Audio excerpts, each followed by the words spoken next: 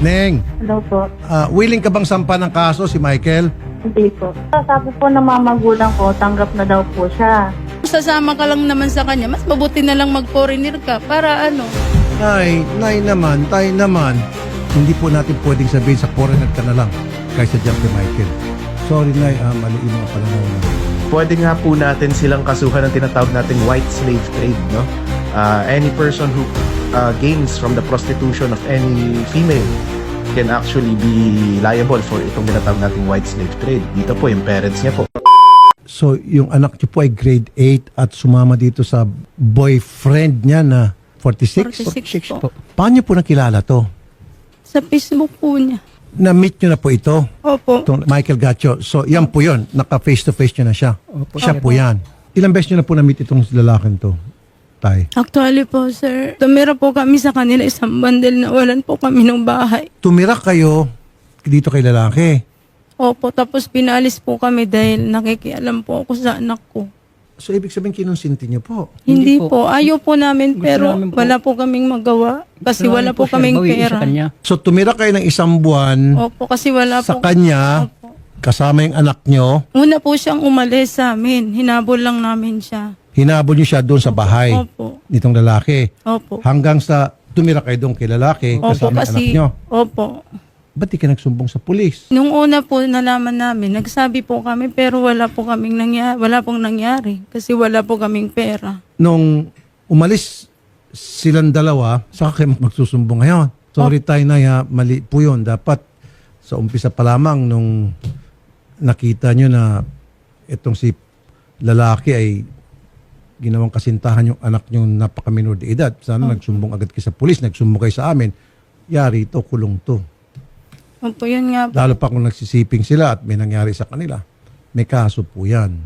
Magandang hapon sa iyo, Michael. Bakit mo pinatulan ng 14 years old? Grabe ka naman. Parang wala nang babae sa mundo. May gatas pa sa bibig to. Itong bata, grade 8. Alam mo ba na may kaso ka dyan? Katapat? Apo. Michael, sir. Apo. Attorney Garrett, ano bang Yes po. kaso nitong si 46 years old na nagkipag-girlfriend sa 14 years old? Na matindi nito, kinukonsinti pala ng nanay. Nung pinalaya sila nanay, tatay, saka nagsumbong sa atin. Ayun nga po, Senator, narinig ko nung, kumbaga late po sila nagreklamo. Fortunately for them, Senator, buhay pa rin po yung crime natin ng rape po. Actually, under our new law, statutory rape po natin ay under the age of 16 po. So dito po sa ating kaso, 14 years old po ang biktima. Regardless of whether or not sabihin na natin she did consent, yung minor consented, under our laws, it is still rape po, Senator. Patay kang bata ka ngayon. Michael, sir, Pa, rape yung kaso mo. Ano masasabi mo? So Nobel ito, Attorney Garrett, rape eh. Reclusion temporal po ang kanyang penalty, Senator, hindi po reclusion perpetua. So, bailable po siya, Senator. Paano ko yung nanay at tatay sabihin, aregluhin at sabihin ng parents niya, hindi na kami magsasampa ng kaso? Yan po ang pinakamalala, Senator. Kasi kapag hindi po sila willing mag-file ng case, the greatest injustice will happen and makakawala po itong ng abuso ng isang bata po. So it has to be the Aside parents. po kasi statutory rape. It has to be the po, parents. to represent the child po. Bilang, yes po. How about the The authorities? child herself may complain po, Senator. Represented po siya ng ating DSWD. Pwede din po yun, Senator. If the child so wants. Ang usual problem lang po dito is we must also convince the child na ipagpatuloy niya po yung kaso. So paano ko sabihin ng bata, ayoko, mahal ko yan eh. Tapos sabihin ng parents, hindi na, okay na kami, nagbati-bati na kami. Paano yun? Ay, yun nga po yung madalas na trahedya na nangyayari, Senator, natumpok niyo po mismo. Kailangan po talagang kausapin because ang rape po, talagang strongest evidence dito would be the testimony of the victim. So, kailangan tatayuan niya po, paninindigan niya sa korte. She will have to prove in court na may nangyari po sa kanilang dalawa. Neng, Hello po. willing ka bang sampa ng kaso si Michael? Hindi po. Ba't ka nagkagusto kay Michael? Mabait po siya, sir. Paano ka niya niligawan? Chat po. Nung nagchat-chat kayo, nagpakilala siyang 46 years old siya. Opo. Sinabihan ko na po yan siyang lalaki. Sabi ko, iwanan mo yung anak mo. Maghanap ka ng iba. Nag-aaral yun. Naka-stop ng pag-aaral yung anak namin. Dahil sumama sa kanya. Gano'n na kayo katagal, Neng? Hindi po totoo yun. Ako po talaga yung nag-chat sa kanya. Ako po yung gumagawa lahat ng paraan para po magkita kami at saka mag-chat. Kahit pa, kasi matanda niya siya. Yung dapat mag-ano sa'yo. Oh. Kasi po, sabi po ng mga magulang ko, tanggap na daw po siya. Tanggap. Tapos po, Sinasabi ko lang yun sa'yo para iwasan mo siya. Di namin talaga tanggap yan eh. Noon ko pa sinabi sa'yo, di ba? So nag-live-in kayo? diba sabi mo, tanggap nyo na. Yung Pwede tanggap. naman ako, Sinabi ko lang yung para mag-ano yung pag-aaral mo, hindi mo iwanan. gusto nyo lang makulong si Michael dahil para lang magkapera kayo. Oh. Nung magkapera. Magkapira. Sabi nyo, di ba? Sabi nyo, wag na ako mag-aral, mag-foreigner na lang ako para maano ko yung kahirapan natin. Tinuturuan Sumama niya ka na siya. kay Michael. Paano pa kami magkapag-desisyon sa'yo ng ipapaano ka pa namin sa iba? Tinuturuan niya siya. Sabi lang namin yun, kung sasama ka lang naman sa kanya, mas mabuti na lang mag-foreigner ka para ano. Nay naman, tay naman, kaysa kay Michael, 13 years old, 14 years old anak niyo, sa foreign na nang pumatol. Hindi po. Sabi At ko her lang, age. sabi ko lang po yun sa Maski kanya. na okay lang sa foreigner, Hindi po. na kahit na gano'ng edad niya, kaysa kay Michael, Hindi. mali pa rin po. Opo. Hindi pa rin dapat. Wala pa sa tamang edad. Hindi po natin pwedeng sabihin sa foreigner ka na lang, kaysa diyan kay Michael. Sorry, Nay, mali yung mga pananaw nyo sa buhay. Hindi po tama yun. Para bang gusto niyo pagkakitaan yung anak niyo. Hindi Tama, po. sinabi na ng bata, para pagkakitaan niyo siya. That's Hindi very naman po unfortunate. ganun, sir. Di ba nag-live-in kayo? Gaano kayo tagal nag-live-in itong si Michael? 5 buwan na po.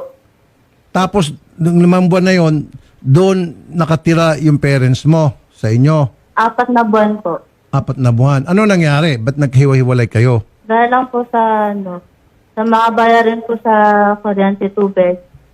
Hindi po sila tumutulong. Tapos sabi po ni Mama, tutulong daw po sila. Tapos po, nung sinabi ko po kay Mama na, magbabayad ba kayo ng, may ano rin po ba kayo ng kuryente tubig. Tapos sabi niya po, si Michael na bahala dyan, kaya niya rin.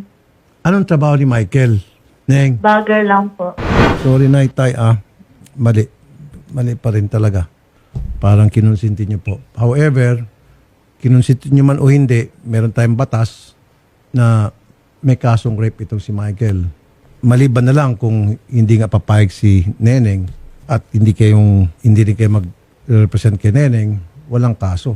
Alam mo ba, Neng, na may batas tayo na dahil minor de edad ka, below 16 ka, 14 years old at that, may kasong statutory rape si Michael. Ganito na lang, Neng, layuan mo muna siya. Pwede?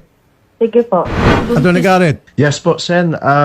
pwede natin Maybe I pilitin can- to the PNP na ilayo itong Michael at saka itong si Neneng. Sen, maybe I can suggest something po, no? Kasi kung hindi po tatayuan ng bata, yung parents mukhang interested naman. Baka po sapat po kasi if we file, anyone can file, to be clear po, Senator, no? Anyone can file the case naman po with the prosecutor's office in order to get probable cause. Kung ayaw po mag-execute ng affidavit po ng bata, but the parents have personal knowledge na within that household, they lived in the same household pala, Senator, reviewing the facts of the case, no? May knowledge sila na may nangyayari. They can file the case, sabihin nila they have personal knowledge na may nangyayari between this 14-year-old and a person na matanda to get probable cause po na may rape na nangyari para po makakuha tayo ng warrant.